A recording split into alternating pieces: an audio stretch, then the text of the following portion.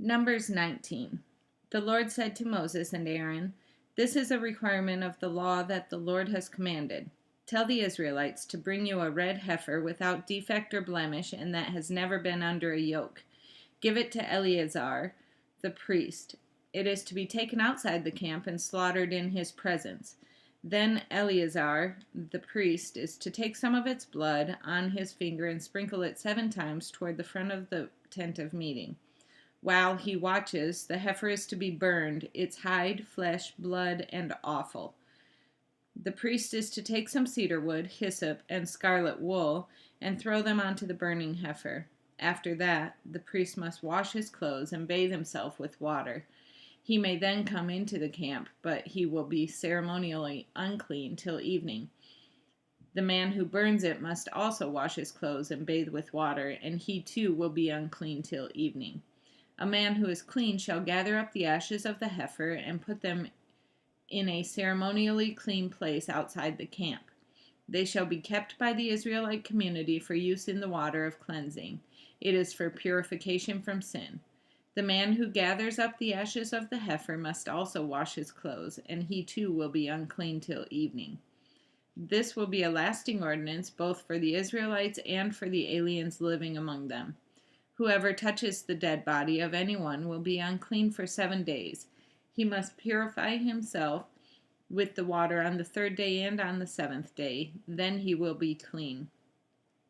But if he does not purify himself on the 3rd and 7th days, he will not be clean. Whoever touches the dead body of anyone and fails to purify himself defiles the Lord's tabernacle.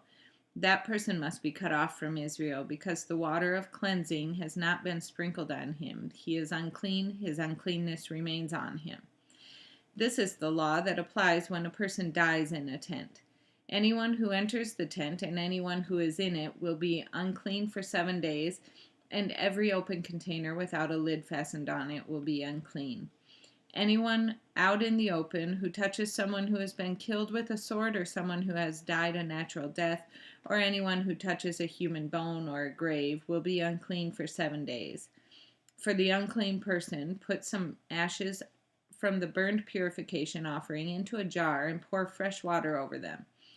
Then a man who is ceremonially clean is to take some hyssop, dip it in the water, and sprinkle the tent and all the furnishings and the people who were there.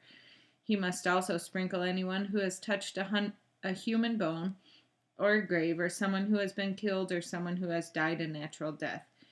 The man who is clean is to sprinkle the unclean person on the 3rd and 7th days, and on the 7th day he is to purify him. The person being cleansed must wash his clothes and bathe with water, and that evening he will be clean. But if a person who is unclean does not purify himself, he must be cut off from the community, because he has defiled the sanctuary of the Lord. The water of cleansing has not been sprinkled on him, and he is unclean. This is a lasting ordinance for them. The man who sprinkles the water of cleansing must also wash his clothes, and anyone who touches the water of cleansing will be unclean till evening. Anything that an unclean person touches becomes unclean, and anyone who touches it becomes unclean till evening.